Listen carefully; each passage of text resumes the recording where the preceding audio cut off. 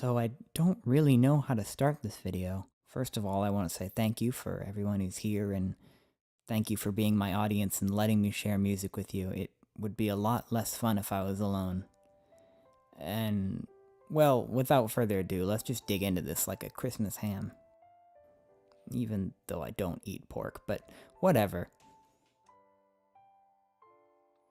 Alumux asks, Celestia or Luna? And, well, I've always been a fervent Celestia fan. Not just saying that to get brownie points, I just prefer her character dynamic, and I think I can relate to her a lot more.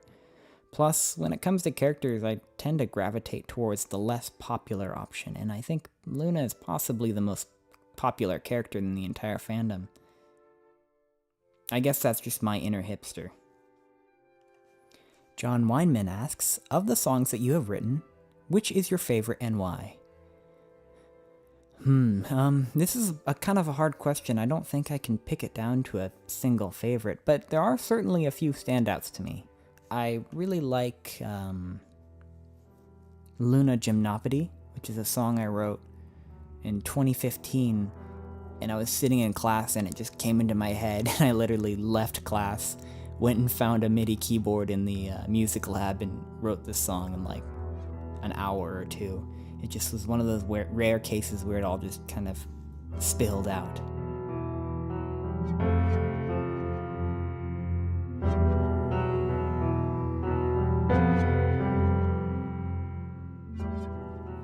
And I really like that song. Also, I really like Twilight Adventures. I think it's just well put together. I rather like Life Collide as well, which is a song that I played a lot of really weird instruments like didgeridoo and hand drums and a bunch of percussion. I think I played flute in that too.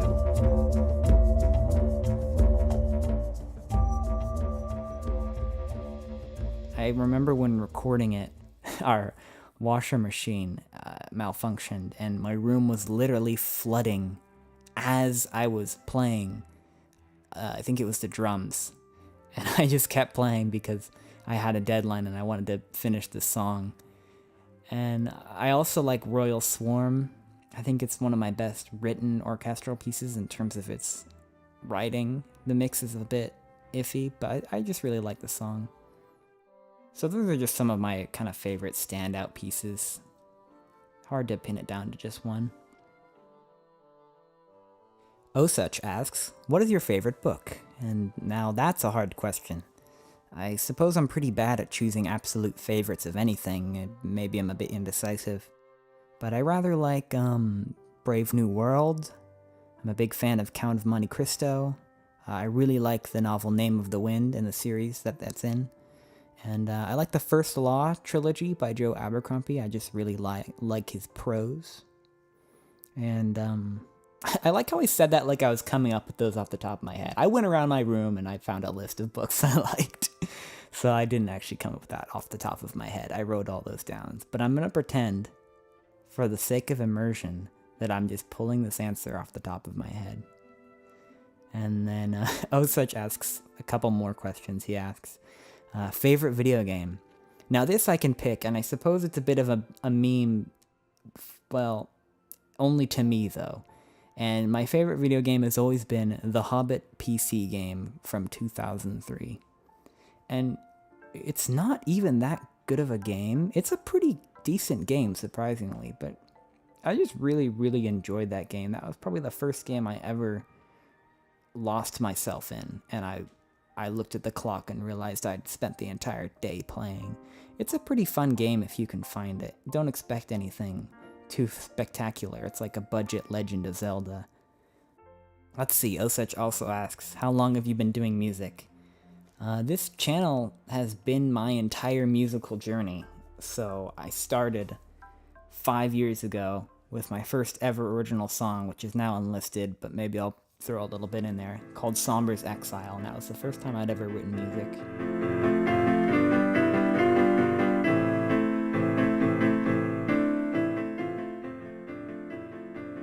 And I recorded it, I think I had a Guitar Hero mic, and I placed it above my keyboard's speaker, and that was how I recorded it.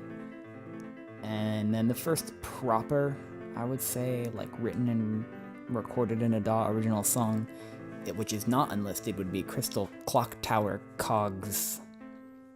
So that was also 5 years ago. So I suppose the answer is 5 years. That was when I started writing music for the very first time, and it was fandom music. So I probably, well, I don't know about probably, but I possibly never would have ever written at least this much original music if not for this fandom. So I definitely have that to thank and appreciate about being in this community. He also asks, do you like jazz? And of course I do. I love jazz. It's a bit of a polarizing genre for me because I think there's a lot of it that's not good.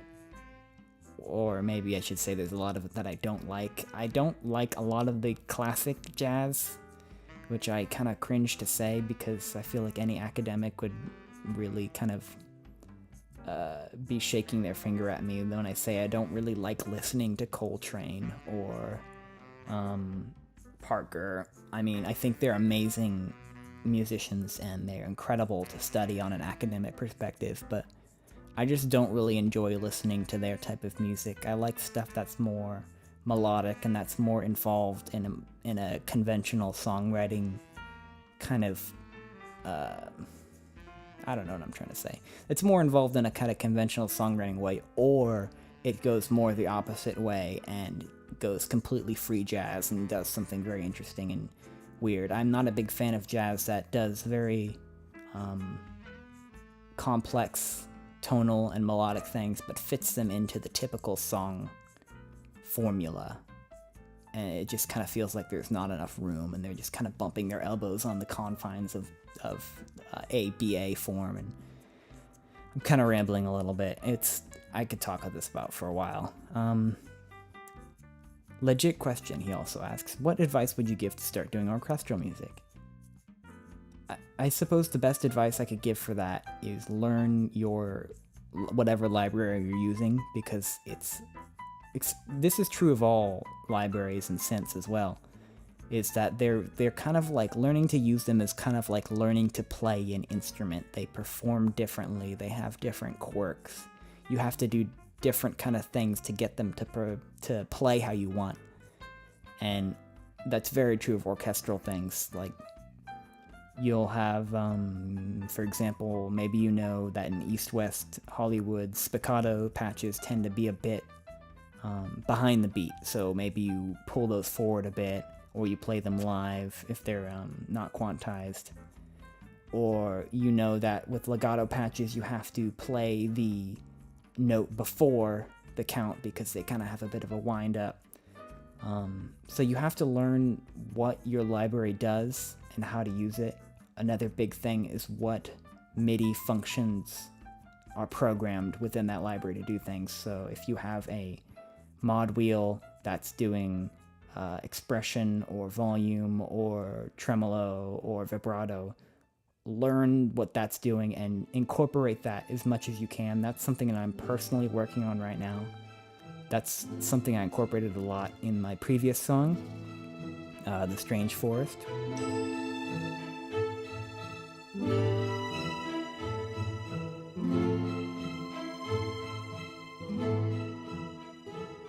Which I did a lot more mod wheel automation than I usually do, and I did a lot more live playing to get more of a live feel with that song than I usually do.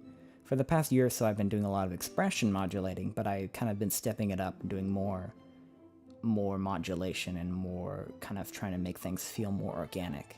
So that would be my advice. Osuch also asks, when are we collabing again? And I say, anytime, anywhere. I actually have a couple songs in my head that I would like to bring forth to you, so we'll keep that hush-hush for now, though. He also says, you'll let me hug you if we ever meet, right?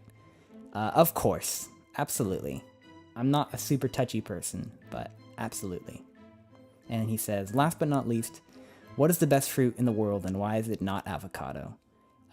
It is absolutely not avocado, you are correct. Avocado is the worst fruit, and the best fruit is possibly mangoes. The only bad thing about mangoes is that they have a giant seed and it's a pain in the butt to eat them, but that's kind of part of their charm. All right, so now we're moving on to Jordan Productions' question, and he says, how do you feel about cybernetic implants? I think they're very cool in theory. I'm not really sure how they work in practice, in reality. I'm sure there's advancements towards that. I'm just not very aware of them. I've always been really kind of smitten with the idea of like cybernetic eyes that can zoom into stuff and that can like use heat vision. That was something when I was playing on my own, like out in the fields when I was young, that I always pretend I was like a special agent with like super eyes and like cybernetic arms that had like built-in grappling hooks and super strength and speed. So I think it's a really fun idea.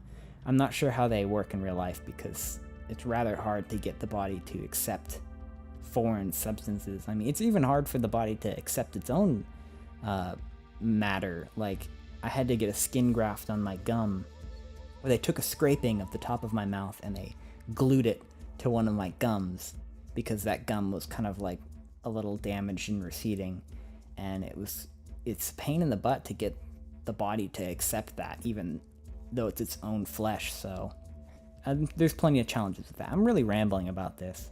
So yeah, cybernetics, cool. I think they're cool. Random in the Fandom asks, how soon did you start making music after you joined the fandom?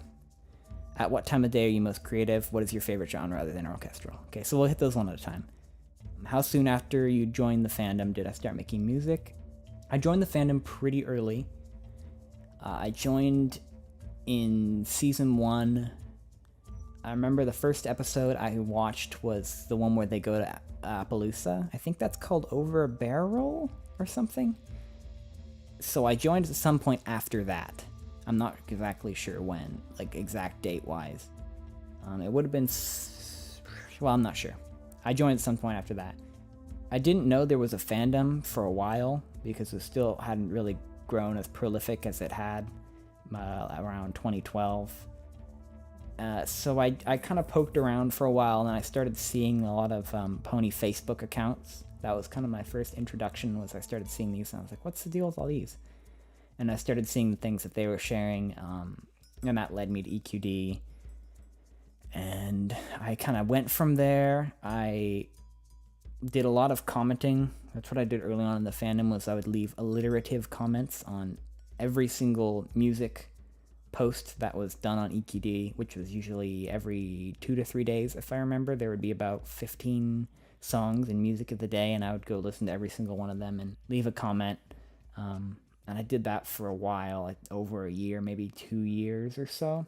After that, I think in the timeline, I started doing a little bit of fan fiction writing because I really wanted to just practice my writing chops, and I thought it was a great way of getting into a story and then being able to complete something and be done and not have to worry about completing an entire book. You can just write a fan fiction, make it, 10, 20 pages, 5 pages, you're done. It's a good way to practice. So I did that for a little while. And then I started writing music in 2012, but I don't think I really truly started writing music properly, I would say, until probably 2014. Yeah. I'd say 2014 was probably the year when I actually started writing proper, what I would call music. Second question from that was, at what time of day are you most creative? It used to be nighttime, always nighttime. I would always write in the evening. I would usually make music in the evening or at night. But I'm kind of finding that it doesn't matter anymore what time. I just kind of make a conscious effort to sit down and write any time of the day. And it's kind of like I've taken the creativity, the need for spontaneous creativity out of my process, where I feel confident that I could sit down at any time in any mood and write music, which is something I think is a great thing for people to practice, where you don't have to be in a big creative mood to make something, but it's something that takes time to get to. And if you're feeling creative, if you get one of those random creative spurts, that's great. That's why it's always good to have a journal or a voice recorder on your phone to record those ideas so that you can then act upon them later. And that's really useful too. If you sit down and you're not feeling creative, you can then pull up those logs of things and be like, oh, okay, I have this melody on my voice log. Let's just write that down and see where that goes. So yeah, I don't think I'm really particularly uncreative or extra creative at any time. I definitely still feel creative for writing, like words, not music, at night though. And then, what is your favorite genre other than orchestral? Possibly jazz. I kind of go through moods. I definitely have different, especially in listening. I'll go through a mood of like, oh, I'm listening to only jazz for like a year. Oh, I'm gonna listen to only soundtracks for a year. I'm gonna listen to Japanese visual kei genre for a year. That was me in high school. I'm gonna listen to like plundraphonics and old sample music for a while. But I would say I'm pretty consistently liking jazz and orchestral. I'm gonna take a break here and take a sip of tea. I'll probably cut this out. So, Neverlast Standing asks, what's your favorite food and why? My favorite food has pretty much always been soup. I just like soup. It's cool. There's bunches of different types of soup. You get lots of variety. I don't know. I just like soup. I like soup. Chris Blessings asks, favorite pony? It changes, but I think consistently it's been between Rarity and Applejack. I would say maybe I lean towards Rarity, but she can get pretty extra at times, and when she does, I lean towards Applejack. It's just in those episodes where Rarity's very... Well, she's not always super well written, in my opinion. Some episodes she's awesome, and then some episodes they kind of just play her as like a stereotype. And when that happens, I definitely lean to Applejack, because she has kind of a perspective that's very different from almost anyone else in the world, where she's very kind of grounded in reality. And yeah, I don't want to go into it. I'll be here all night. Second question she asks is life dreams. I have a couple small dreams. I would love to compose for video games. Yeah, that's just kind of one of my main dreams. I figure a lot of people have the same dream, but somebody's got to be successful in doing it. Why can't it be me, or why can't it be one of my friends? You know what I mean? So just go for it, because even if it's something that's difficult, you got to figure somebody's got to be successful. It might as well be you. Favorite animals, the next question. Probably rats. I've always had a lot of rats in the past. I haven't had any in a long time, but I think they make good pets. I think they're cool, they're smart, they're interesting animals. I'm a big fan of dogs. Dogs are probably my favorite pet to have. I think they're just a little bit better pets than rats, but I think rats are a little more interesting. Dogs are just like the perfect pet. Any favorite voice actors, male or female? That's not really something I follow super closely, voice actors wise. I probably have a few, but I can't really think of any. Yeah, that's just it's something that I definitely like to listen to and appreciate, but it's not really something I keep close tabs on or keep a record of. I really liked Watamote, the Japanese sub. Whoever voiced that, I thought was really awesome. And that's the same voice actress who actually voices Rainbow Dash in the Japanese dub of Ponies, which is really weird because it's just an interesting voice choice, because she kind of has this kind of gross... it's not a very flattering way to explain it, but just go listen to Rainbow Dash in the Japanese dub and you'll see what I mean. She's like...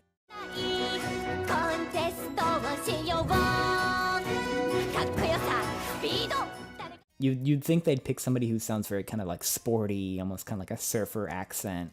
They pick somebody who's got kind of a gravelly voice, and it's really funny. But I love that voice actor. They're very over the top, and I just like what they do. I like the interesting quality to their voice. If you had 3 wishes from a genie, what would they be? I've thought about this a lot in the past. I mean, I feel like most people have, but I don't think I'm any closer to an answer. I feel like the majority of stories you hear about genies the wishes are bad, and you have that trope of be careful what you wish for. So I would be very conservative and very clear with how I used my wishes. Some people would be like, oh, I'd wish for $1 billion, but then it's like, oh, well, that $1 billion gets taken from the economy, and then it plummets the stock market. So you'd have to kind of, be careful. I might ask for and I wouldn't want to ask for something too ambitious like world peace, because that just has too many ways that could go wrong. You know what I mean? I'd be too scared with that responsibility that I would just screw everything up and create, a bad situation by trying to do something nice. So I'd probably keep it fairly small. I'd ask for nice things for the people around me and for my family. And I'd ask for success and good fortune and opportunities, but I'd keep it pretty conservative and not very ambitious. Let's see, how old are you? I am 23. I recently turned 23. So, yeah. Let's move on. Do you try and eat organic? I do, actually.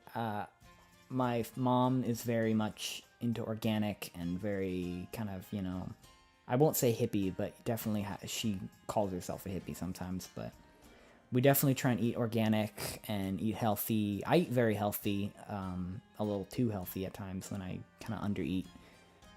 Have you ever been to other countries? I've been to a few. I have been to Ireland, because my family comes from there, at least on my mom's side. We have history there.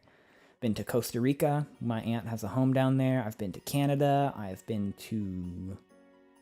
I think that might be it for out of the United States. I think I'm forgetting something. I've been all over the United States, but yeah, I've been to Ireland, Canada, Costa Rica. Next question, going to Galacon next year. Probably not, just because I'm not working right now, and I have very little money, so I can't really afford to go to any conventions. I'm going to HarmonyCon, because I can drive there, where I'm living right now, within a couple hours. I went to BabsCon, every year, because I could also drive there from where I was living, but I'm not living there anymore, so I can't do that. Yeah, I probably won't go to Galacon just because I can't afford to. Maybe someday I'll have the expendable income. Also, I might be living and working in Japan next year. I'll know in January, depending on what happens. It's just up in the air right now. I'm kind of in a transitional period where I don't have any money, and I'm kind of iffy about my availability, so doubtful that I will go to Galacon, sadly. And we also have another of the question of, if we ever meet, can I have a hug? And the same answer, of course. Of course. Okay, TCB asks, what kind of sound libraries do you use? I use a lot of the East-West products because I have their Composer Cloud subscription. It's kind of one of the best deals you can get in terms of orchestral libraries right now. So you basically pay a monthly fee of $14 a month or something, and you get access to all of their libraries on the gold level, I think. So I use Hollywood Strings Gold, Symphonic Orchestra, Raw, Gypsy. There's a few others. Goliath is pretty useful for random stuff. I also have a small Adagietto library, and a small Albion library. I don't remember which Albion. I think it's Albion 2 or 3. So those are the three main libraries I use. But I mostly use the Hollywood Strings, or the East-West family, because it's just a good deal for the money. I don't really like torrenting things, so that's what I use. Old Tea Owl says, do you have a plush pony? Yes, I do. I have a knit rarity. I have a Rainbow Dash somewhere that I can't find. I have my favorite, the Blob, which I got at BabsCon, which sits on the dashboard of my car year-round. It's what I use when I'm in a parking lot that's really full and I'm trying to find my car. I look for the Blob on the dashboard, and that's always something that I spot right away and is very useful. And I have a Golden Gates plush from BabsCon as well. That's about it, though, because I'm not really a big collector of things. My room's full of junk, but I'm not really a big collector of things. But I see the appeal. Hydrophobic Water. That's a cool name. But they ask, are you coming back to the Ruby group? A little background about that for the people on this channel who might not know what that means. I started in the Ruby fandom, Ruby by Rooster Teeth. I started a Facebook group in there a couple years ago. I spent a lot of time curating it and managing it and adminning it, and it grew to become the biggest Ruby Facebook group on all of Facebook. I managed that for like 3 or 4 of the last few years. No, I think it was actually 5 or 6 of the last couple of years since season 1. And I've been taking an extended hiatus from being the president of that for the last like 6 to 7, probably 6 months. And my answer is, am I coming back to that? Possibly. So Andres Casalas, parenthesis, Azarias, I think, parenthesis, says, congrats, Zephy. Favorite video game? Hobbit 2003. Favorite 3 brony artists? I won't answer that because there's just too many that I like, and if you ever want to know some of the people that I'm very fond of, you can always go to the channels tab on my channel and expand that, and you'll find a ton of my favorite kind of pony music people. I assume by artists you meant music people.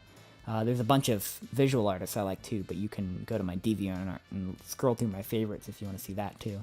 But yeah, you can go to the channels tab on my channel, and like I'll just read out the people on there right now, like Crystal Data, Osuch, Lucas Gemino, Crusader, Main and Green, Spiral Harmonies, Luck Rock, Exploding Pony Toast, TCB, Toothpaste, Jikro, Neverlasting, Ellipse, Radiarch, Wootmaster, Character Destructor, even though he's AFK, Ghost XB, AWOL, he's a DJ though, not a producer, Lunar Drift, Orion Melody, Spectra, Fritzy Beats, Lycan, Lore, Freeway, Forever Free, Macon, Pekino, Real Tremel, DJT, Shuricane, Violet Pony,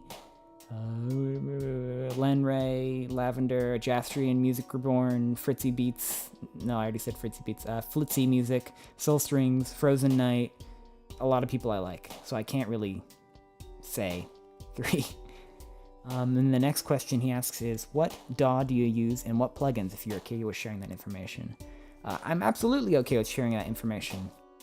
If anybody ever says that they're not okay with sharing that information, they're an asshole. But yeah, I use a lot of the stuff Logic comes with. Logic Pro X has a lot of really excellent built-in stuff. They just came out with a bunch of new vintage EQs with a recent update, which I love. Like I said earlier, the East-West line of products, samplers. I have a Logic open right now. I use a couple Waves things. I got their compressor in that they gave away for free, which is actually a pretty nice compressor. The Shep's Parallel Particle program, which I bought. Let's see if Tritech Crush I've got on here. UHE Protoverb.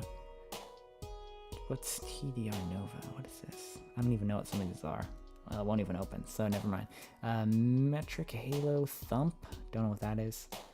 Leidman Katsura Wave Window. I've just got a bunch of stuff on here, and I use a lot of the Logic built-in tools because I think they're pretty good tools. I also use Pro Tools. I will typically write and mix in Logic, and then I will master in Pro Tools. Because I like the Pro Tools.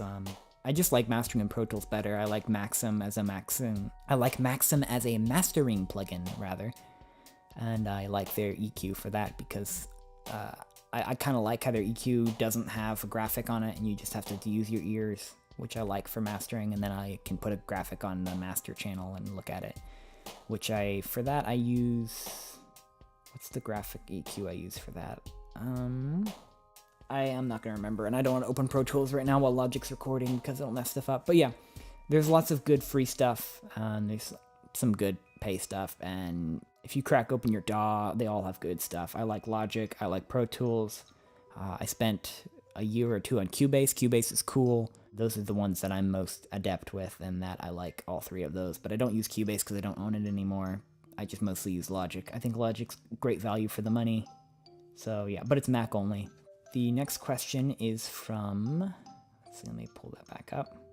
Axel Espinoza asks, you speak Spanish? If so, ¿cómo empezada en el comunidad Brony? Estudio español para 3 años en mi escuela. Me gusta español, pero mi español soy muy malo.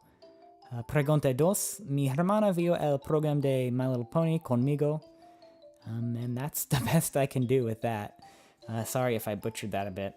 And now we are going to move on to the final 2 questions, which are on Amino. And those are from Rainbow Rocky.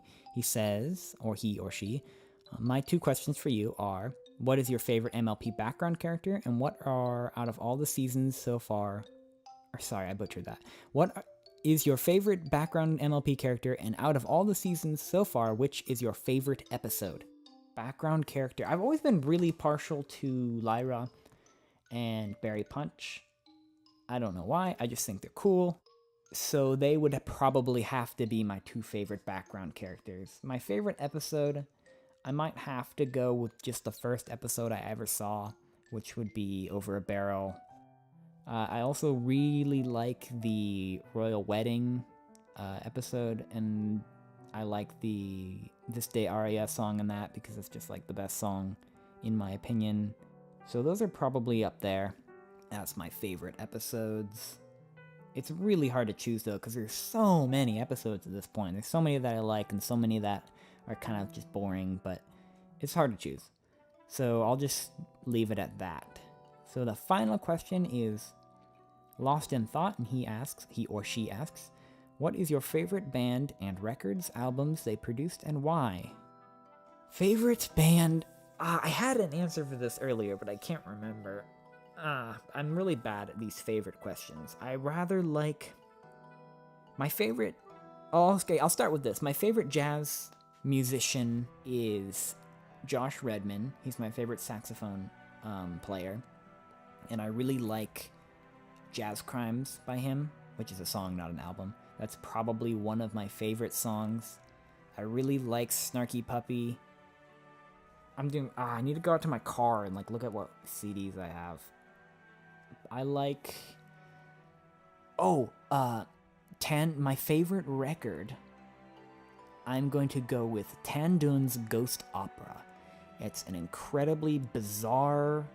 I'm not going to say avant-garde, but I will say avant-garde orchestral piece by Tan Dun, who's a absolutely fabulous Chinese composer. If you haven't heard of him, he's great to check out. He's got a lot of very artistic, kind of avant-garde pieces, and he's got a lot of just very conventional, excellent pieces. He composed the music for Crouching Tiger, Hidden Dragon, and I think like the Olympics in Beijing or something. But he's an excellent modern composer who's still alive. I love his Ghost Opera. It's like it's super weird to just sit down and listen to it front to back, and I highly recommend it. Just I don't expect a conventional record out of it. I like really weird music, like The Residents. They're a group from I think Bay Area, and they have a record or an album that's like, I'm looking it up right now. It's called Eskimo. And it's just like a really weird story album using weird noises and sampling and plunderphonics, I think, that like tells a story. I really like that kind of stuff. I'm really kind of rambling and grasping at straws right now because I'm trying to remember. I could be a massive cop-out and say I like the Beatles, even though I do like the Beatles. I used to listen to Sting in high school a lot, even though that's not a very good choice. Oh, Muse. I really am a giant fan of Muse, the trio from the UK. My favorite album by them is gotta be... Let me look up their...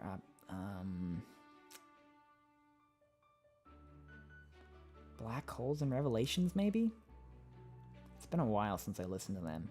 I rather like Black Holes and Revelations. I like... Resistance is fine. Absolution, I like Absolution a lot. The Second Law was cool. I wouldn't say that's my favorite of their albums. I haven't heard Simulation Theory. I think that came out this year.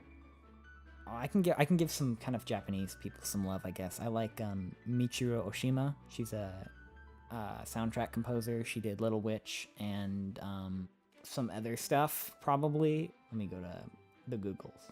She did she do Chaika? No, she did Raka no Yusha. I really liked her work on Raka no Yusha and Little Witch, and she did a bunch of other stuff, but those two are my favorite. I could be another cop-out and say Yoko Kanno's awesome, but she is. I really like her album that she did for Darker Than Black. I don't think that album has a name. I think that's just the Darker Than Black soundtrack. But I really like the Darker Than Black soundtrack. I prefer it over the Cowboy Bebop soundtrack, actually. I really like Myth and Royd. They're another Japanese pop rock band. They had an album that came out a couple years ago, I think. Pretty recently, I think. They had an album called Eyes, which I thought was a really nice album. It was really cool. They have really complex songwriting and complex mixing where there's just like a ton of stuff going on. It's kind of a bit off-putting. So yeah, I could go on for an hour. I've already gone on for too long talking about these type of things, but hey, you asked the question, so I blame you. Okay, so that's that. I hope that's all of the questions. I hope I didn't miss anybody. If I did, please say so. I didn't do it on purpose. It's just, YouTube can sometimes kind of hide comments. It can kind of mess things up. I think I got everybody. So thank you so much, everyone who asked your questions. This was a lot of fun. Thank you so much for everyone who listens to my music. Thank you for everyone who subscribed. Don't expect me to slow down anytime soon. And just thank you. And it was kind of nice to just talk for once. I always kind of write scripts, even on update videos. I just kind of try to talk this time. And it took me a while to get into it. I'd probably say around 5 to 10 minutes before I really got into the flow of just talking, but I finally did, and I hope that was okay. This is going to be a probably long video, but I hope you can at least find a little bit of fun here. And again, thank you so much, and you have a good night, good morning, good evening, good afternoon, and I will see you when I see you.